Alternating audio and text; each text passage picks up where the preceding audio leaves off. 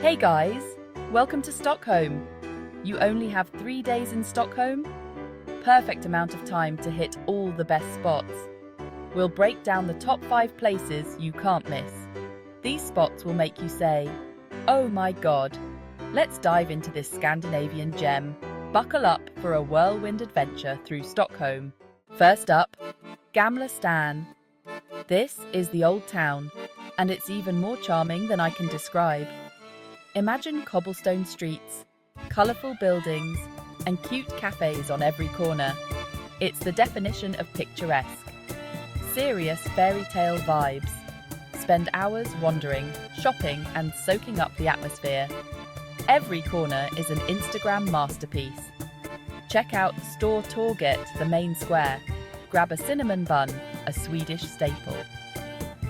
Gamla Stan is everything you've dreamed of in a European old town. Okay, next up is the Vasa Museum, which is basically a museum dedicated to one giant, incredibly well-preserved 17th century warship. I know it sounds kind of random, but trust me on this one. The Vasa ship is, huge and ornate, and the fact that it sank on its maiden voyage is kind of tragic, but also makes for a really interesting story.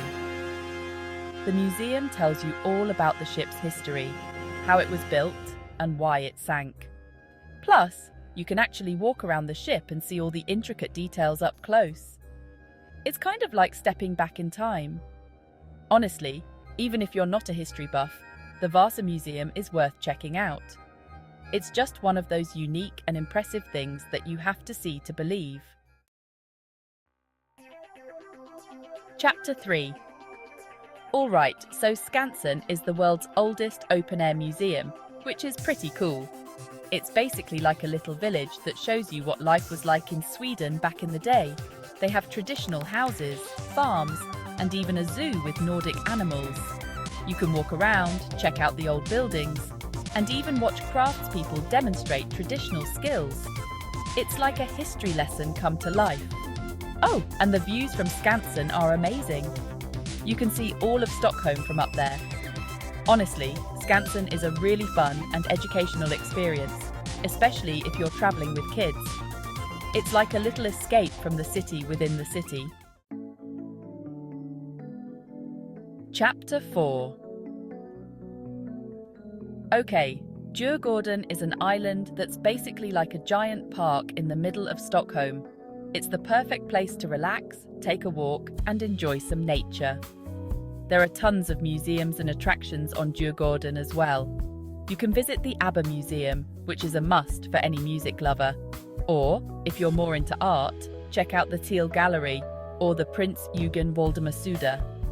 And if you're feeling really fancy, you can even have lunch at Rosendal's Garden, which is this super cute cafe in a greenhouse.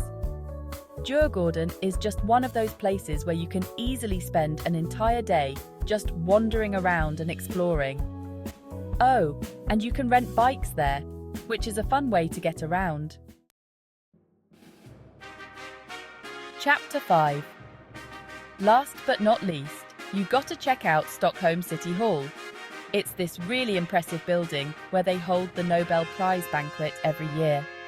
The architecture is amazing, and you can take a guided tour to learn all about the history of the building and the Nobel Prize. You can even climb to the top of the tower for some incredible views of the city. Seriously, it's worth it for the Instagram pics alone. But even if you don't go inside, City Hall is still worth seeing from the outside. It's just so grand and iconic. Plus, it's right on the water, so you get some really pretty views. Outro. So, there you have it, guys. My top 5 picks for things to see in Stockholm when you only have 3 days. I know it's a lot to squeeze in, but trust me, it's doable. And even if you don't get to everything, Stockholm is just one of those cities that's impossible not to fall in love with. Thanks for watching.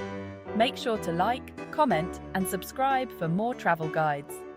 Happy travels!